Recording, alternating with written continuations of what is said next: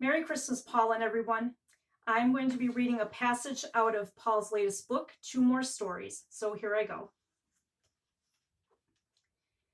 That evening, he did a few chores, wrote, read, trimmed his toenails, exercised briefly, showered, sat at peace, sort of, drinking beer.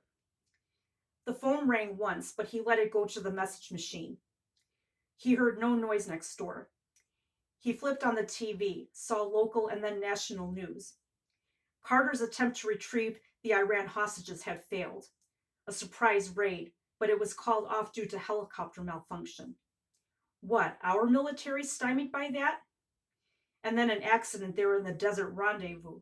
Loss of life. Mission canceled. Still, Randy preferred Carter. And the first presidential debate didn't appear to help him any. Carter was less confident than 4 years ago, had less of the gleam in his eye, less of that trademark smile. Reagan won the debate with a confusing plan to help the economy and cute words like, "There you go again." Too bad Carter didn't return the line with an emphasis, "There you go again." And too bad he didn't counter Reagan's trickle-down theories more forcefully. Carter wasn't forceful. Reagan was. It's probably over, Randy thought, except another couple of debates, and Mondale's proficient debating against Bush this time could keep the Democrats in office.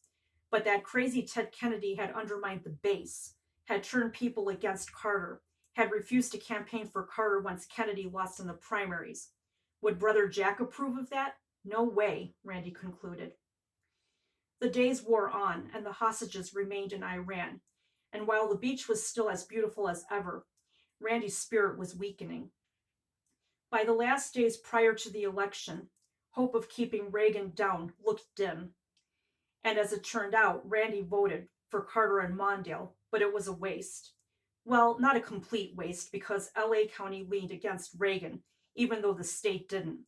So his vote counted, sort of. Life is full of ups and downs, Randy told himself for several days.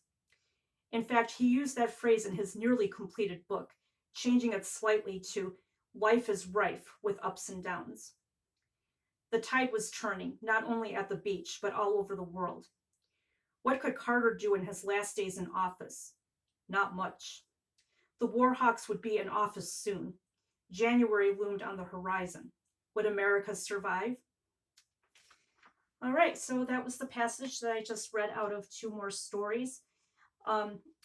Christmas is not too far away, but I bet you all still have a little bit of time left to order from Amazon this book and Paul's other books, because Amazon is pretty quick in delivering these books. I got this just in a matter of a couple of days, and I was really surprised by that. So if you order this now, you could even get it before Christmas. And if not, well, you could always get it between Christmas and New Year's. There's nothing wrong with that. So as long as you do get a copy of one of these books, and maybe Paul's other books as well.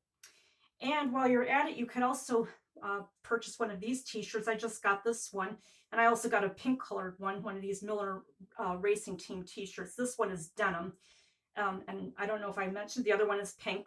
So I'm going to be wearing that one of these days, but I prefer the denim one at this right now.